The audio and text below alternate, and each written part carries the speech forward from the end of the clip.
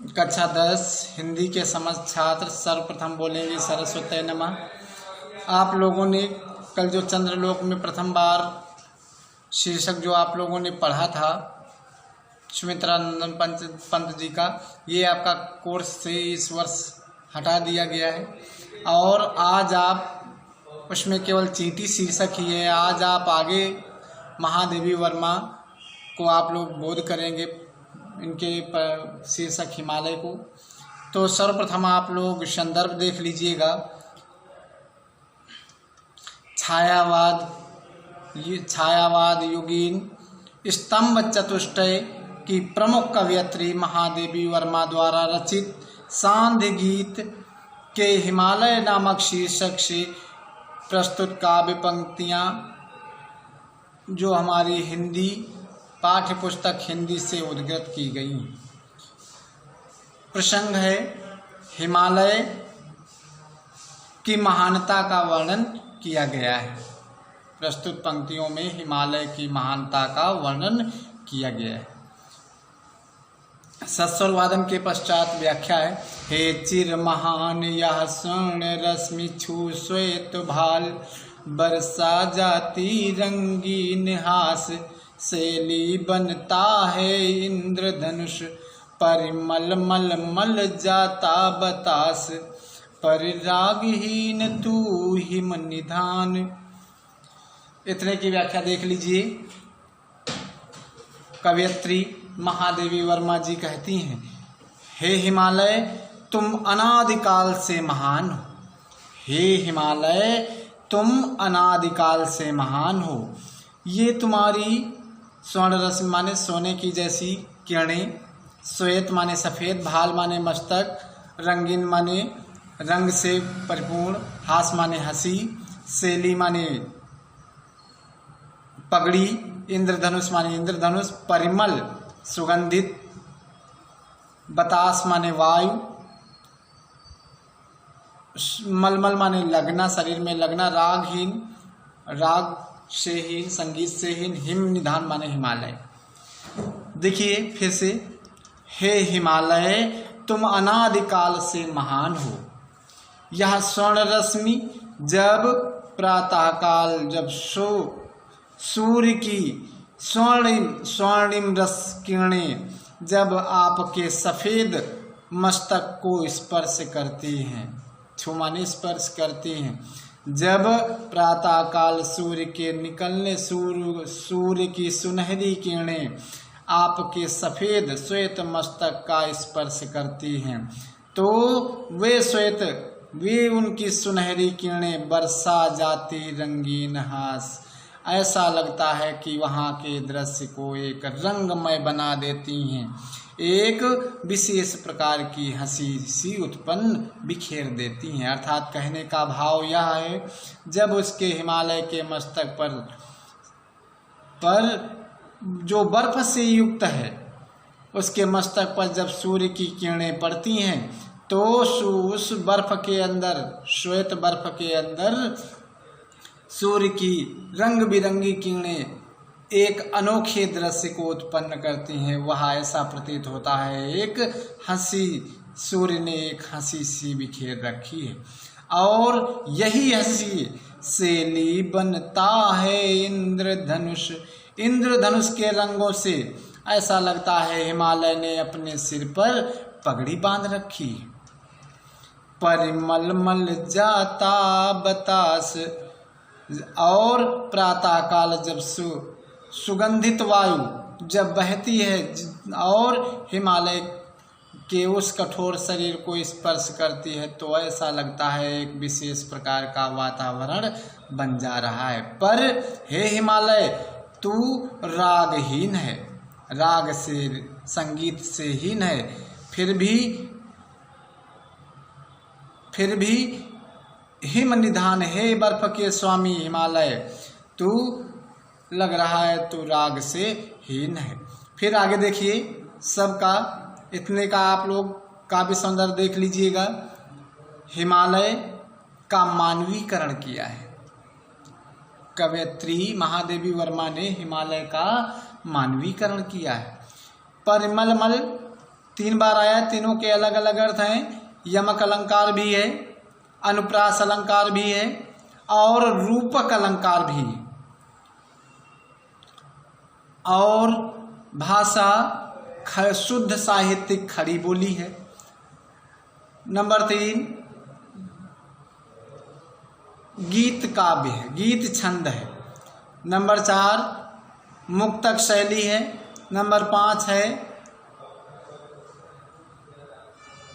अभिधा और लक्षणा शब्द शक्ति। अगला पॉइंट है आपका शांत रस प्रसाद गुण। आगे बढ़ते हैं इसी के साथ अगले संस्करण की ओर। नभ में गर्वित झुकता न शीस, पर अंक लिए है दीन छार।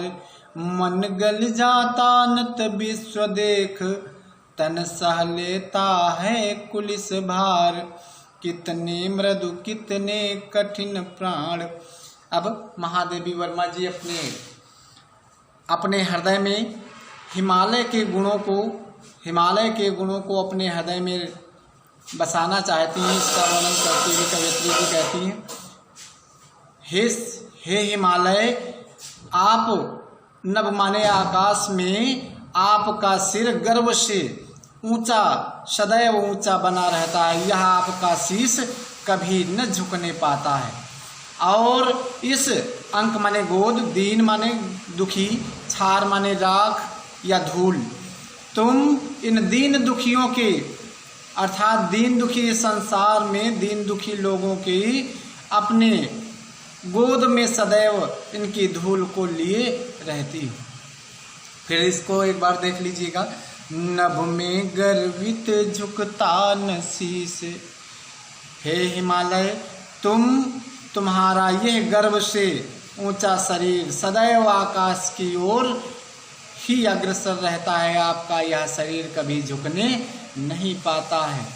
पर अंक लिए, पर माने दूसरों के, तुम इस विश्व को अपनी गोद में, विश्व के लोगों को सदैव अपनी गोद में इनकी धूल को, दीन माने दीन दुखी लोगों की धूल रूपी धूल को अपने गोद में सदैव धारण किए रहते हो। जिससे दीन दुखियों की इस प्रकार की स्थिति को देखकर मन गल जाता नत विश्व देख, लोगों का मन पुलकित हो जाता है। और नत विश्व, जब आप, नत माने झुका हुआ, विश्व, आप इस संसार को झुका हुआ जब आप किसी के सम्मुख देखते हैं, यह संसार किसी के सामने आप झुका हुआ, हे हिमालय, जब इस संसार को आप झुका हुआ, नत माने झुका हुआ देखते हैं तो आपका मन द्रवित हो जाता है, अर्थात पिघल जाता है। जो नदियों के रूप में प्रवाहित, पिघल करके नदियों के रूप में प्रवाहित होने लगता है। तन सह लेता है कुलिस भार, कुलिस माने वज्र के प्रहार को। और हे हिमालय, आपका यह शरीर हर प्रकार की वज्र के समान भार को भी सहन कर लेता है, अर्थात कठिन से कठिन पीड़ाओं को भी आपका शरीर सहन कर लेता है। कितने मृदु कितने कठिन प्राण, हे हिमालय, आप कितने मधुर हैं और आप कितने कोमल हैं और आप कितने कठिन हैं, अरे कठोर हैं। अब आप लोग इसका देख लीजिएगा, काव्य सौंदर्य, हिमालय के द्वारा मानवीकरण। नंबर 2 गीत काव्य, शुद्ध साहित्यिक खड़ी बोली,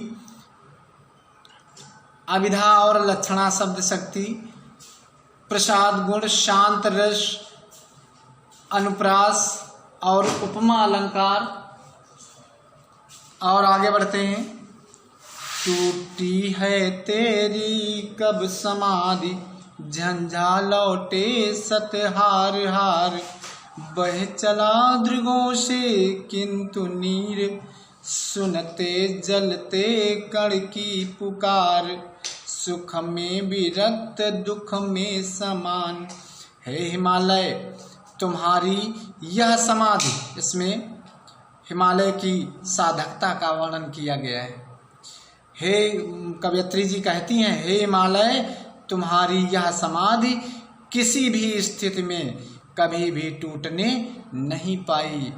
अर्थात जिस प्रकार से तपस्वी अपनी समाधि को कभी भंग नहीं होने देता है, उसी ही प्रकार से तुम भी अपनी साधना से कभी अडिग नहीं होते हो, क्योंकि आपसे झंझा लौटे सत हार हार। क्योंकि झंझावाट अनेकों तूफान आपसे टकराकर सैकड़ों बार, आपसे सैकड़ों तूफान आपके शरीर से हार टकराकर हार मान करके बार बार लौट गए, फिर भी तुम्हारी यह कठिन साधना, तुम्हारी समाधि फिर भी खंडित नहीं हुई। किंतु बह चला दृगों से किंतु नीर। आपके दृगमान्य नेत्रों से यह स्थिति देख करके, कौन सी नीचे वाली लाइन का पहले अर्थ आएगा, सुनकर जलते कण की पुकार। क्योंकि इस विश्व के दीन दुखी लोगों की पुकार को सुनकर, करुण पुकार को सुनकर आपके नेत्रों से जो अश्रु प्रवाहित होने लगे, वो नदियों के रूप में आज भी प्रवाहित होते हैं। फिर से एक बार, क्योंकि आप दीन दुखी लोग, कण का मतलब तुच्छ लोग, मानव के दीन दुखी लोगों की करुण पुकार को सुनकर, जलते हुए करुण पुकारों, कणों की लोगों की करुण पुकार को सुनकर आपके नेत्रों से जो नीर बहने लगा, अश्रु बहने लगे, वो नदियों के रूप में प्रवाहित होने लगा। क्योंकि हे हिमालय, तुम सुख से विरक्त हो और दुख में समत्व भाव से रहते हो। न आपके के ऊपर न सुख का अनुभव, और आप न तो हृदय से सुख का अनुभव करते हैं और न दुख का अनुभव करते हैं। अर्थात आप समत्व भाव से हमेशा रहते हैं। आगे नीचे की अंतिम लाइनें देख लीजिएगा, फिर काव्य सौंदर्य बोल देंगे।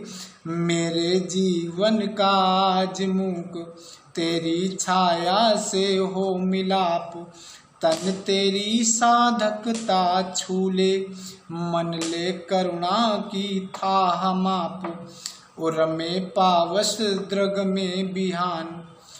अब कवयत्री जी कहती हैं, मानव हिमालय के हर गुण को अपने हृदय में रखना चाहती हैं। इसका वर्णन करती हुई कहती हैं, मेरे जीवन का, कवयत्री जी कहती हैं, मेरे जीवन का आज एक सत्य यह है कि तुम्हारी छाया से मेरे जीवन का आपकी छाया से मूक मिलन अवश्य हो जाए। तन तेरी साधकता छूले। क्योंकि जिस प्रकार से तुम कठोर साधना को सदैव तुम्हारा शरीर कठोर साधना से युक्त रहता है, उसी प्रकार से मेरा हृदय भी, मेरा शरीर भी तुम्हारे समान साधना को प्राप्त करे। मन ले करुणा की था नाप। जिस प्रकार से आप दीन दुखी लोगों की करुण पुकार को सुनकर तुम्हारा हृदय द्रवित हो उठता है, उसी प्रकार से हमारे हृदय में भी करुणा का भाव जागृत हो जाए। उर में पावस। जिस प्रकार आपके हृदय में वर्षा ऋतु बनी रहती है और आपके नेत्रों में प्रातःकाल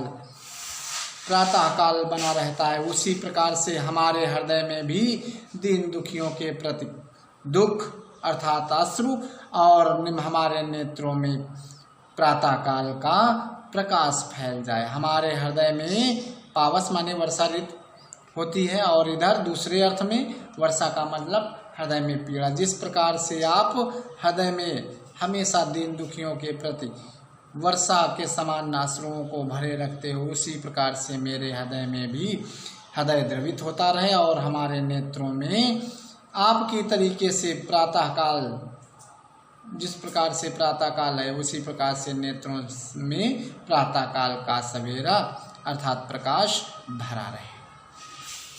यहाँ से काव्य सौंदर्य हिमालय के गुणों को अपने अंदर समावेशित करना चाहती हैं। नंबर 2 है गीत, काव्य है, मुक्तक शैली है, साहित्यिक शुद्ध खड़ी बोली है, रूपक, उपमा और उत्प्रेक्षा, अनुप्रास अलंकार है। नंबर अगला है शांत रस प्रसाद गुण, अब आप लोगों को लिखना है पहले वाले का कल की डेट में, और दूसरे वाले का इसमें 2 पद बनाना है। एक पहला पद यहाँ से लेकर यहाँ तक का अर्थ लिखेंगे, व्याख्या करेंगे, और अगले दिन यहाँ से लेकर यहाँ तक व्याख्या आप लोग करेंगे। और देखिए आप लोगों का हो सकता है आप लोग किताब अवश्य खोल लेंगे, और ये जो नीचे का भाग ध्यान नहीं रहा, ये नीचे का भाग हो सकता है आपका नहीं आया हो, तो किताब से देख करके आप लोग अवश्य पढ़ेंगे। अपेक्षा है आप लोग श्रम के साथ अपना शिक्षण कार्य करेंगे। धन्यवाद।